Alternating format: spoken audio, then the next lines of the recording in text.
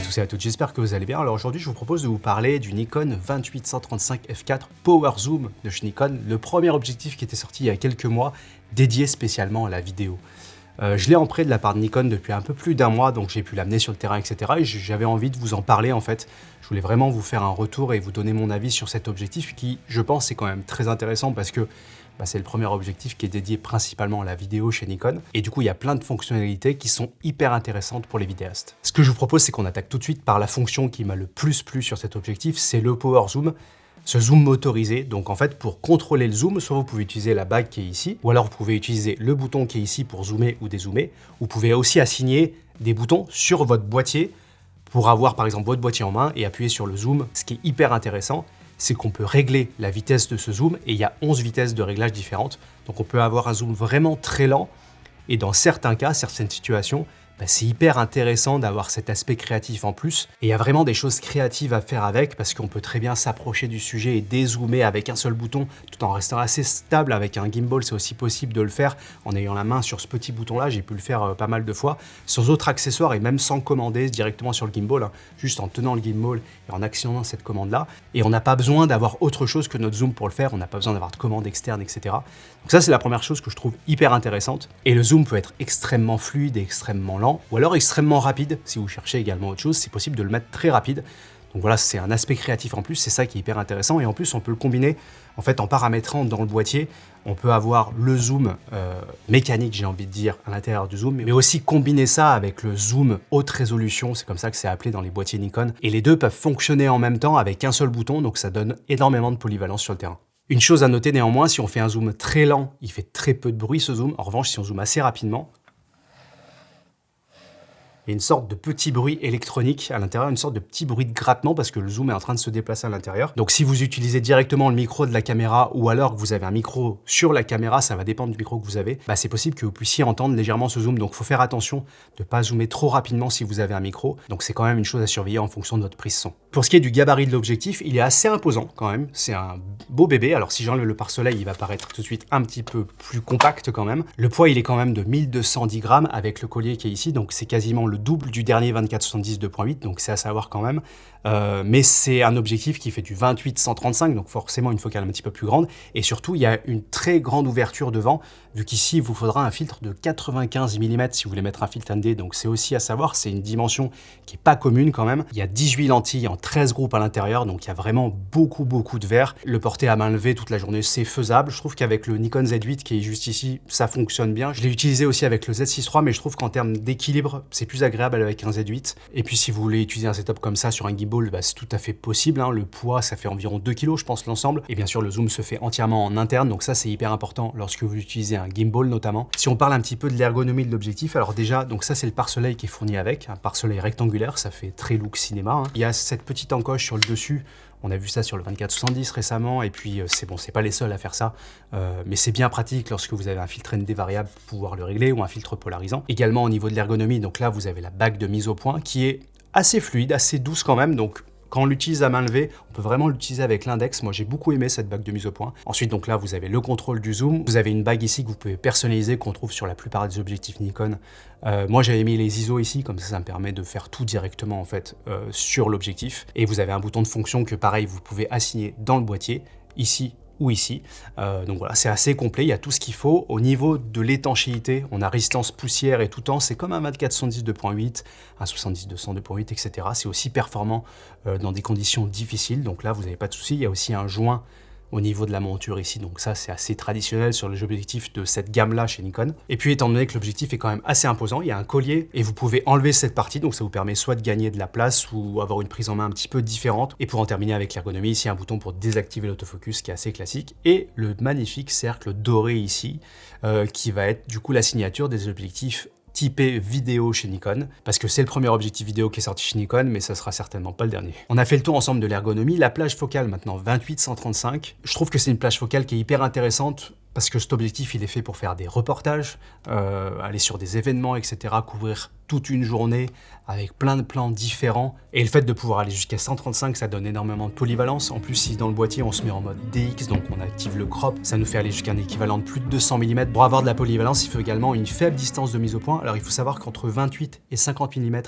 la distance minimale de mise au point est de 34 cm. Et au bout de la plage de zoom, donc à 135 mm, la distance minimale est de 57 cm. Donc par exemple un 24-70 2.8 fait mieux en distance minimale de mise au point, mais ça reste quand même assez raisonnable et je trouvais que le meilleur endroit en fait pour faire des plans, c'est de se mettre à 105 mm, parce qu'il y a vraiment un cran entre 105 et 135, on perd vraiment de la distance. C'est un objectif qui ouvre à f4. Ça c'est la question qu'on peut se poser par rapport à un 24-70 2.8. Alors déjà, heureusement qu'il n'est pas 2.8, parce que j'imagine même pas la taille de la bestiole quand même. Déjà qu'il est assez imposant et qu'il pèse quand même son poids. J'ai pas trouvé ça gênant pour les conditions pour lesquelles on veut amener un objectif comme ça, c'est-à-dire couvrir un événement. On n'a pas forcément besoin d'avoir une faible profondeur de champ, et selon ce que vous faites, honnêtement f4 ça peut être suffisant même pour filmer des concerts. Moi je l'ai amené sur un événement où j'ai dû filmer un salon en intérieur, j'ai dû filmer un concert, etc. Donc il y avait quand même assez peu de lumière. Mais vu la performance des boîtiers de nos jours, on peut s'en sortir très facilement avec un objectif qui ouvre à f4. Moi, j'ai très rarement dépassé les 2500 ISO. Je filme la plupart du temps en 25 images par seconde. Donc ma vitesse d'obturation, elle est réglée sur 1/50e et j'ai pas besoin de monter trop dans les ISO. Forcément, si on veut faire du 120 images par seconde, on va devoir se mettre à un 250e. Et là, on va être obligé de monter beaucoup plus, peut-être à 6004 ou 8000. Et là, ça peut devenir légèrement limite sur le f4, ça va dépendre de ce que vous filmez, mais en concert, je pense que ça peut être limite. En tout cas, moi, j'ai pas utilisé au-delà de 60 images par seconde pour ces raisons-là, parce que j'aurais été obligé de monter beaucoup trop dans les ISO. Maintenant, moi, la plupart du temps, je filme en 25 images par seconde, donc ça m'a pas gêné. Mais c'est quelque chose à savoir. F4, ça peut être suffisant avec des boîtiers modernes, mais ça va dépendre de ce que vous faites. Après, si votre problème, c'est plus la faible profondeur de champ, mon avis personnel là-dessus, pour un objectif qui est fait pour du reportage, de l'événementiel, etc., on n'a pas besoin forcément d'une faible profondeur de champ, on a plus besoin de la polyvalence de la plage 28-135. Et si on a besoin d'utiliser l'objectif pour des interviews, etc., ben forcément, dans ces cas-là, on va peut-être amener une focale fixe pour avoir quelque chose de complémentaire. C'est sûr que ça aurait été fantastique d'avoir un 28-135 2.8, mais pour des raisons de prix, de taille, de poids, je pense que c'est plus logique d'avoir un objectif de ce style pour qu'il reste raisonnable un petit peu dans tous les domaines. Juste pour vous parler un petit peu des performances de l'autofocus, j'ai adoré l'autofocus, il fonctionne super en vidéo, il pompe pas, ça c'est quelque chose qui est hyper important. Donc après ça va dépendre du boîtier que vous utilisez, forcément avec un Z8 ça va super bien. Mais voilà, je l'ai trouvé assez rapide, assez fluide. Le gros point positif, c'est qu'il est parfaitement silencieux. Je ne l'ai pas entendu une seule fois faire le focus, donc ça c'est super aussi en fonction de setup micro que vous avez. Bon, il y a le power zoom dont je parlais tout à l'heure où il faut faire attention, mais l'autofocus en lui-même est parfaitement silencieux, donc ça c'est super cool. Et puis de manière générale, le rendu des images, c'est toujours difficile d'en parler, mais je trouve que le rendu est très adapté à la vidéo. Je pense qu'il y a un petit peu moins de contraste, un petit peu moins de micro-contraste que par exemple à 24-70 2.8. En vidéo, forcément, on a besoin d'avoir des objectifs qui sont un petit peu plus doux, et c'est le cas. Néanmoins, il manque pas de piqué. Attention, je dis pas que ça pique pas du tout. Non, non, c'est un objectif qui a un très bon piqué quand même, mais je trouve qu'il est un petit peu plus doux, et c'est plus agréable, je trouve, à l'œil par rapport à un 24-70 2.8. En tout cas, c'est le petit ressenti que j'ai eu.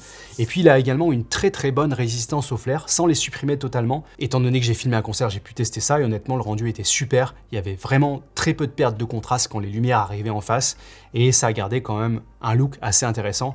Donc voilà, toujours le traitement Nikon qui est hyper cool sur les objectifs, qui fonctionne bien. Ça reste quand même un objectif qui, à mon goût, je trouve, a un petit peu de caractère. À noter également que l'objectif est parfocal, donc lorsque vous zoomez, le point de focus reste au même endroit. Donc ça, c'est hyper important pour un objectif qui est fait pour la vidéo. Et un point également qui est important à noter, c'est qu'il n'y a quasiment pas de focus blurring, peu importe la plage que vous allez utiliser. Donc là, c'est vraiment un objectif qui est fait pour la vidéo, donc ils ont aussi fait en sorte qu'il y ait très très peu de focus blurring, c'est quelque chose qui est hyper important. Pour ceux qui ne le savent pas, le focus blurring, c'est lorsque vous faites votre mise au point, il ne faut pas que le champ de vision change, il faut que le champ de vision reste le même, c'est une qualité des objectifs vidéo et c'est une qualité qu'a cet objectif. Voilà, bah écoutez, j'en ai terminé sur ce que j'ai à vous dire sur ce 28-135 f4 Power Zoom. Honnêtement, c'est encore une fois un objectif qui va être dur de renvoyer parce que je dois le renvoyer à Nikon demain. C'est un objectif que j'ai adoré utiliser, notamment pour faire du reportage, pour aller sur un événement, c'est vraiment top d'avoir ça et on a besoin de rien d'autre en fait. Le F4 m'a pas forcément dérangé parce que finalement on s'adapte et dans les situations où j'ai eu besoin de filmer, j'ai pas été bloqué par le F4, donc c'est pas un souci que je me ferai si vous êtes intéressé par un objectif de ce style. Bien sûr, si vous faites beaucoup de choses en basse lumière, je pense que c'est plus intéressant de partir sur un 2.8, par exemple un 24-70. Et d'ailleurs, si vous hésitez entre un 24-70 2.8 et un 28-135 F4, le choix est quand même pas facile. Alors, j'ai pas du tout parlé de photo en parlant de cet objectif. Bien sûr, cet objectif peut faire de la photo, mais je vois pas l'intérêt d'utiliser ça en photo. Bien sûr, si vous êtes sur une presta et qu'on vous demande de faire quelques photos, bah, vous pouvez le faire sans aucun souci. Mais de fait qu'il soit assez encombrant, du fait de son poids, etc., je n'amènerai pas ça sur un shooting photo toute la journée. Et un 24-70 2.8 par exemple serait un meilleur choix en photo.